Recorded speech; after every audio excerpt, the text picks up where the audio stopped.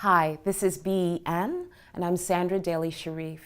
So, Judith, when you speak to young women interested in becoming journalists, what sort of advice do you give them? I ask them why. I mean, it's still a pretty challenging life that doesn't. I mean, for me, it was like asking how do you breathe. I mean, it was what I wanted to do once I discovered that. I think I tell them just start writing or just start filming. There's no real way to prepare, I think, for journalism except to hone one's sense of curiosity about the world. I do have a strong bias, and it is completely not grounded in fact, kind of against journalism schools, just because I think working for a small town paper or for a wire service or for a broadcast network in a small place teaches you more about how the world really works and how journalism really works than learning a set of rules in journalism school. Journalism schools are very good for establishing contacts, and the teachers themselves, the professors, are often former journalists who have networks of friends. In that sense, they're useful, but I think there's nothing like on-the-ground experience in faraway places where you can make your mistakes, because we're all going to make mistakes. You go on making them all the time, but especially in the beginning. It's better if they're made at a place where you're not going to be as prominent and noticed. Right. Anthony, all the journalists I knew started out, or my generation, they all wanted to be novelists or something, and then they thought, oh, that's not going to work. I don't want to be a teacher. I suppose I'd better become a journalist. I think one of the essential, it seems to me that, and this again is where newspapers and magazines differ, is whether one develops an expertise, something you really enjoy doing, or you become, I guess, what used to be called a generalist. You know, as a magazine writer, I loved back then being sent to do all kinds of different things, you know, a profile one day, a war the next, you know, and that was one of the great things to me about it. But Judy said, should advise everyone not to become a journalist. I just look at it. I mean, it's a series of melting icebergs, actually. And the magic bullet has not yet been fired that, as far as I can see, will bring all that advertising up to the internet, where it belongs. And so it's a very, very hard business these days. You've got to be absolutely driven and compulsive to do it. But those are the people who make the best journalists anyway. driven and compulsive. Yeah. Okay. I agree. Well, Judith, you said that when you began covering events as a foreign correspondent in the Arab world, that Islamist terrorists actually refrained from kidnapping women reporters. Right. Now, looking back at that, do you find that surprising? Oh, I find it a relief. I mean, I find it was another advantage of being a woman.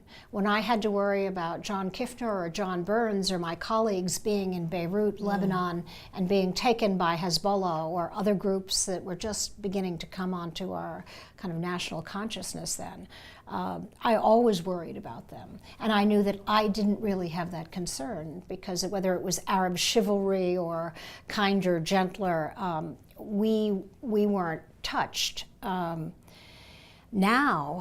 I don't think gender matters in a really horrible, barbaric way, and that it's the beheading of a journalist, the capture of a journalist and the ransoming of a journalist is a much more powerful and lucrative endeavor. Beheading a much more powerful message than any message that they could use us to send. And there are places today that I simply will not go, that used to be part of my stomping ground, my beat, but I think it's irresponsible now to go to these places.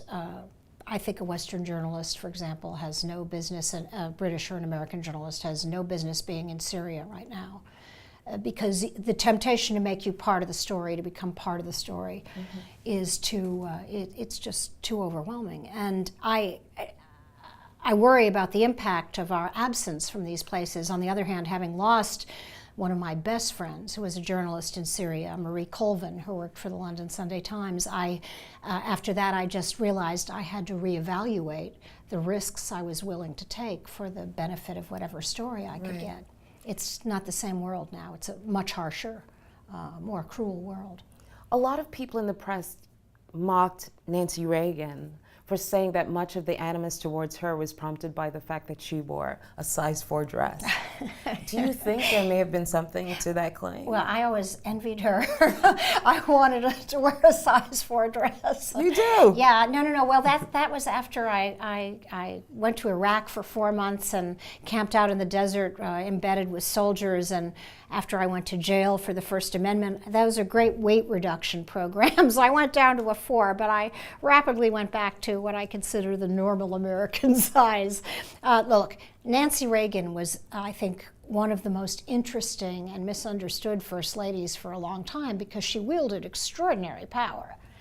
All size 4 of her, and the impact she had on making us rethink about the gender and gay issue, about drugs, about many, many things. And she, of course, we now know, was a major influence on her husband's decision to try and eliminate nuclear weapons. I mean, who knew at the time? Who took her seriously at the time? I don't think that could happen today. It's a totally changed world. You also raised the question on Fox News of whether New Jersey Governor Chris Christie's bullying and yelling is particularly focused on women and whether it may reflect a hostility towards women.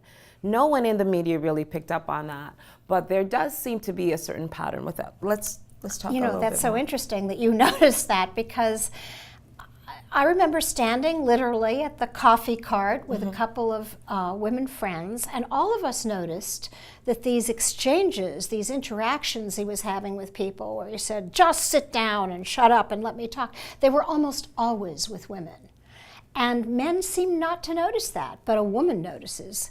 And I immediately began saying on Fox, I think he's going to have a problem as a politician because he comes across, at least to some women, as a bully. He Right. did to me. And weirdly enough, Chris Christie is married to a very activist, a very assertive woman. So that made that contradiction even more striking to me. But yeah, I think it's a problem, and I think it's one he's aware of now. If you notice, he's done less of that in New Hampshire and the other places where he's been.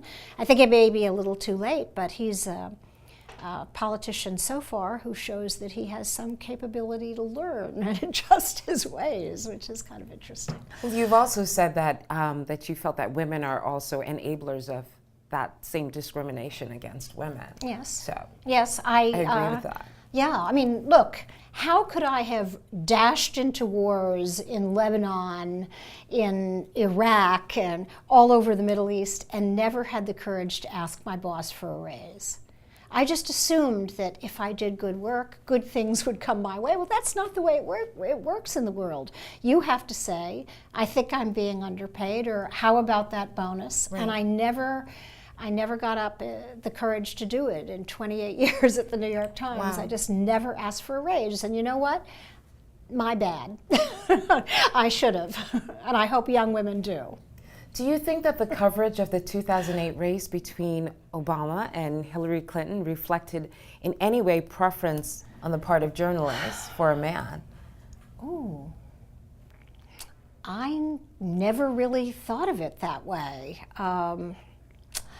I thought my liberal friends were all torn between the desire to elect either a woman, the first woman president, or the first Black American president. I mean, that was the tension more than gender, but I remember feeling my concern about Barack Obama was the one that haunts me to this day, and that is, my concern was his lack of experience.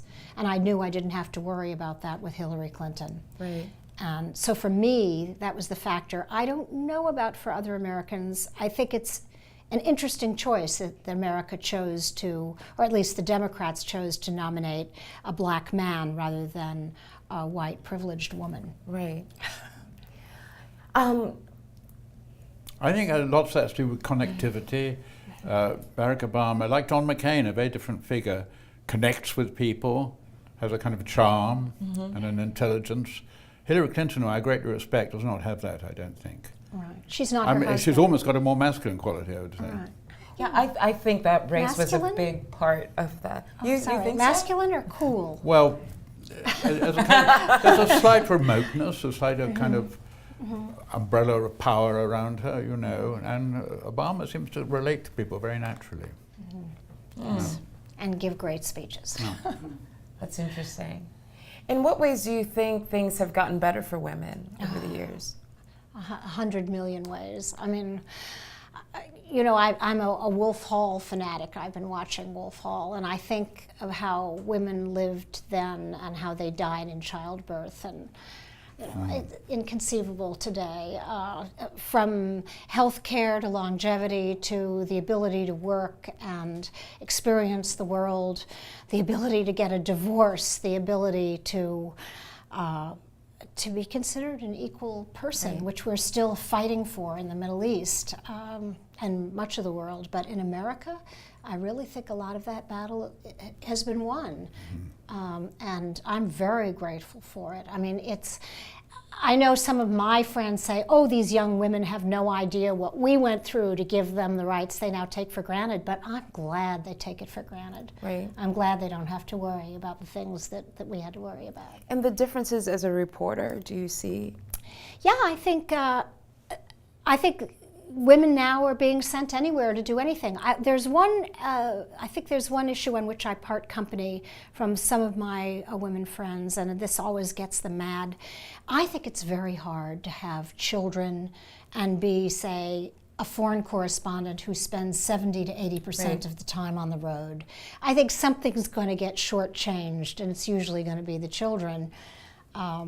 If you want to watch them grow up and participate in that yourself. I don't know how you do that. Right. I made a choice not to have children because I didn't think I could do both things well.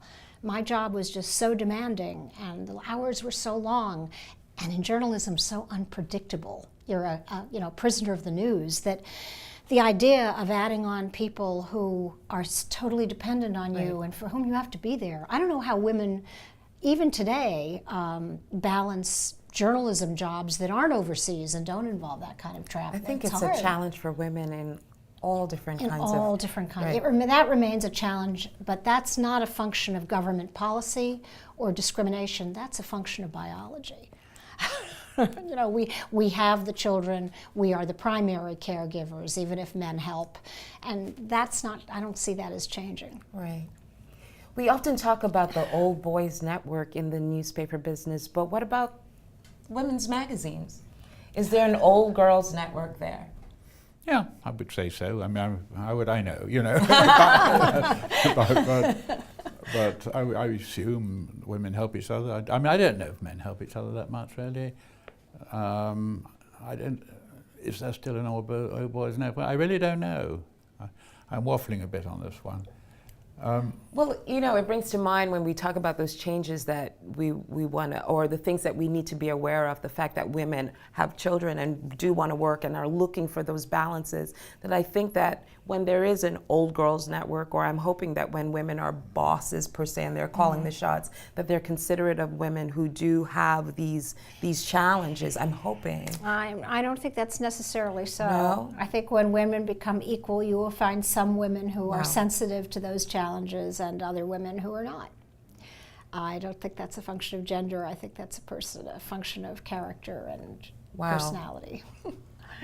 You would like that to be the case, but I think we have to remember that the last executive editor of the New York Times was a woman who claimed that she had been discriminated against in terms of salary and was not particularly perceived as supportive of women's issues at the paper. So I don't think just being a woman makes you sensitive. Makes you automatically sensitive to those issues. I think having been discriminated against will kind of usually alert you to the possibility that you're not going to be sufficiently sensitive. But bosses are bosses, and reporters are reporters, and sometimes there's a big gap. Well, thank you so much for joining us, for both of you joining us. Stay with us. This is BEN, and I'm Sandra Daly Sharif. In our upcoming segment, we'll be talking about the conflict between trade agreements and environmentalism.